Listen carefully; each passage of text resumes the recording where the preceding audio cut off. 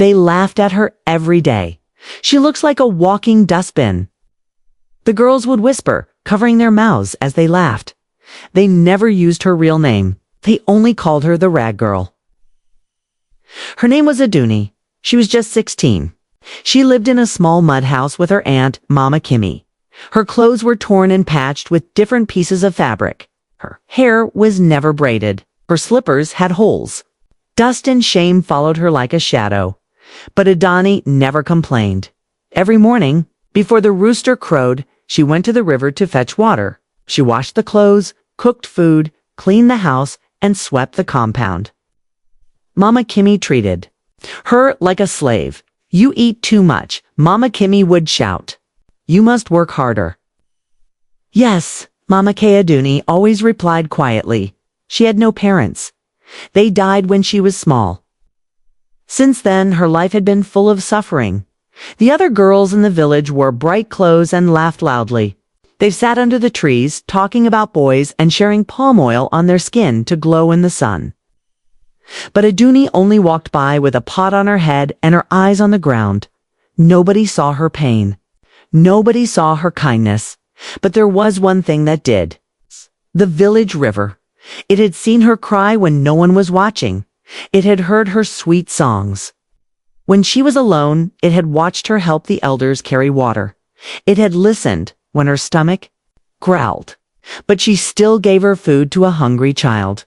The river saw everything, and the river remembered Aduni thought she was just a rag girl. But the river knew something else. One day, that river would speak. And when it did, the whole village would finally see who Aduni truly was.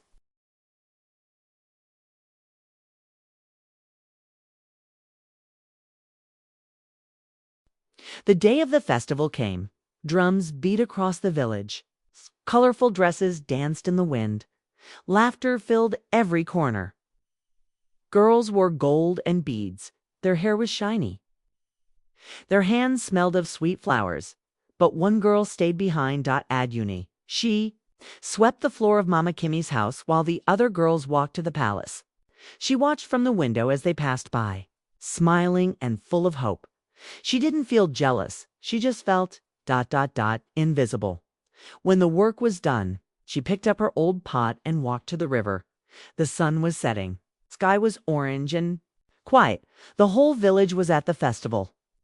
She was completely alone. She sat by the riverbank. The water was still. Even the birds had gone silent, and there under the soft light of the moon, Aduni began to cry. She cried for her parents, who died too soon. She cried for the hard life with Mama Kimmy. She cried because nobody ever saw her heart. "I try to be good," she whispered. "I try to help others. But still, they only see my rags." Her tears fell into the river. Then something strange happened. The water began to glow soft and gentle, like it was alive. It shimmered like stars had fallen inside it. Kana looked down at her reflection, and for the first time she saw something different. Her skin looked smooth. Her eyes were shining. Her rags seemed to melt into beauty. Her sadness turned into light. "Who am I?" she whispered. The river did not use words, but its glow replied, "You are who you've always been, but now the world will see." The wind stirred the trees. The river began to move around her, and Aduni felt something she had never felt before: seen, chosen, loved. The whole village stopped moving. A royal messenger had arrived. He stood in the village square, dressed in red and gold. A crowd quickly gathered around him. Children ran forward. Women held their breath. Even the old men sat up straighter. "I bring news from the palace," the messenger said loudly. "The prince is searching for a wife. In 3 days there will be a grand festival at the royal court. All young women are invited. The prince will choose his bride from among you." Cues filled the air. The girls screamed with joy. "I will be the one," shouted Chama, the chief's daughter. She had smooth skin, long hair, and the most expensive dresses. "No, I will." "Be chosen," said Dangazi, tall and graceful, daughter of a wealthy trader. My mother is teaching me special dances. All across the village, girls began to prepare. They bought colorful fabrics and beads. They rubbed shea butter on their arms. They practiced walking slowly and speaking sweetly. But Aduni had no money. No dress, no bead, no perfume. She had only her patched rags and her old slippers. When she heard the news, her heart became quiet. That night, as she stirred soup for Mama Kimmy, she asked, "Mama, may I go to the festival?" Mama Kimmy laughed hard. "You go to the palace? You don't even have soap to wash your face. Stay home and cook." "That is your place." "Yes, Mama," Aduni whispered. She didn't cry. She just went outside and sat alone. She looked at the sky. She looked at the moon, and finally she looked at the river. It was calm that night. The water was silver under the moonlight. Was waiting. Watching, the village girls were preparing their faces. The river was no longer still. Deep and it quiet moved like was soft hands around Aduni's heart. And the river had not forgotten her, wrapping her in warmth. The water rose, but it didn't make her wet. It danced around her, like a mother dressing her child. She closed her eyes. When she opened them, she was no longer the rag girl. Her rags were gone. In their place was a beautiful red dress that flowed like the river itself. It was simple but royal. Her feet wore silver sandals that sparkled like the stars above. Around her neck was a necklace made of moonlight. But it wasn't just her clothes. Something had changed inside her. She felt calm. She felt strong. She felt worthy. The river whispered. Again, without words, "Go." Aduni stood up slowly. She was still the same girl, the one who carried water, the one who helped elders, the one who sang while working. But now, she looked the way she had always felt inside. Beautiful. She walked toward the palace. Back in the village square, the festival was at its peak. Music played. Girls danced. Food was everywhere. Lanterns hung from the trees. The prince sat in his golden chair, looking tired and bored. He had seen many girls that evening. Chama danced for him. Dangazi sang for him. Others tried to impress him with words and beauty. But none of them touched his heart. Then, suddenly, everything went silent. Adun stepped into the light. The crowd turned. People stared. "Who is she?" Someone whispered. "I've never seen her before," said another. But some old women squinted their eyes. "She looks familiar," said Mama. Menka, the prince, stood up. His eyes locked on hers. He smiled, and for the first time that evening, his heart beat with hope. The crowd could not stop staring. Aduni walked slowly into the festival. Her red dress flowed like fire. Her necklace caught the light. Her face glowed, but not like the other girls. Her beauty came from something deep inside. The prince was still. Watching her, he stepped down from his golden seat and walked toward her. "Please," he said kindly, "may I know your name?" The crowd leaned in to listen. Aduni smiled softly. "My name is Aduni." A loud gasp rose from the crowd. "Aduni," someone whispered. "Isn't that the rag girl?" "No, it can't be," said Chama, stepping back. "Aduni is at home, in rags, cooking for her aunt." But Mama Menka walked closer and squinted at Aduni's face. "I know her," she said with wonder. "This is the girl who carries my water pot every week. She always helps me when my back hurts." Another old woman nodded. "Yes, she gave my grandson her lunch when he was hungry.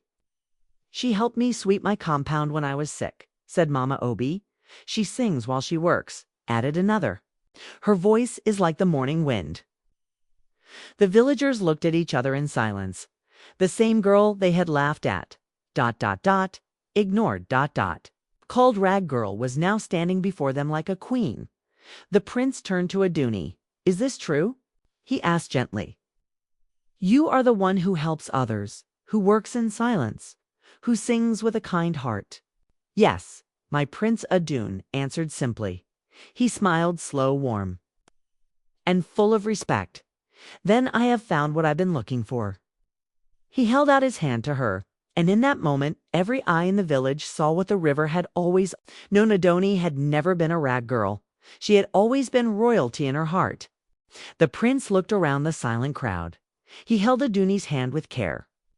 His voice was calm but strong. "I came here searching for a wife," he said, "but not just any wife. I was looking for someone with a beautiful heart." He turned to Aduni, "And now I have found her." A loud cheer broke out from the elders. The young girls looked down, surprised and ashamed. Chama and Dangazi stepped back, their smiles gone. Mama Kimi had just arrived. She pushed through the crowd and shouted, "No, that's not possible. That's just my house girl. She wears rags and smells of smoke." But the people shook their heads. "No," said Mama Menka. "You never saw her, but we did. She helped us when no one else would." "She was kind when others were cruel," said another woman. "She gave even when she had nothing," said Mama Obi. The prince raised his hand for silence. "Her rags did not hide her goodness," he said, "but now the world will see her light." He turned to Aduni again. "Will you be my wife?" Aduni's eyes filled with tears. Not from sadness, but from joy. She looked into his eyes. She saw truth, kindness, and love. "Yes," she said quietly, "I will." The crowd clapped and danced. The drums beat again. The festival became brighter than before. But Aduni had one request. She looked at the prince and said, "I want the wedding to be by the river. That river saw me when no one else did. It listened when I cried. It showed me who I really am." The prince nodded. "Then that is where we will be married." And so the village began to prepare for the most special wedding they had ever seen. But this was more than just a wedding. It was a celebration of truth, kindness, and the beauty that lives within. The whole village gathered at the riverbank. Dot flowers hung from the trees. The ground was clean and smooth. Colorful cloths covered the seats. The water sparkled like it was smiling. The same river that once held Aduni's tears now danced in joy.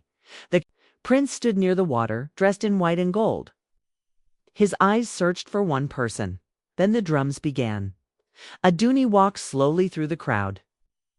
She wore a white dress that flowed like the river itself. Her hair was braided with tiny silver. Shelzer's smile was calm. Her eyes were full of peace. People stared in wonder. They were not looking at a poor girl anymore. They were looking at a queen. The prince took her hand. "You are the most beautiful soul I've ever met," he whispered. "And you saw me when I thought I was invisible," she replied. The river flowed softly beside them as the elders blessed the union. A cool wind passed through the trees. Some say they saw the river shine again for a moment. Some say they heard it whisper, "She was always a queen. You just didn't look close enough." After the wedding, Aduni became the princess of the land. But she didn't forget where she came from. She built wells for water, schools for children, and a big kitchen where no one ever went hungry. She visited the sick. She helped the poor. And she always listened to those who felt invisible. Years later, children would sit by the river and ask, "Is it true? Did a rag girl become a queen here?" And the old ones would nod. "Yes," they'd say. The river saw her heart before anyone else did.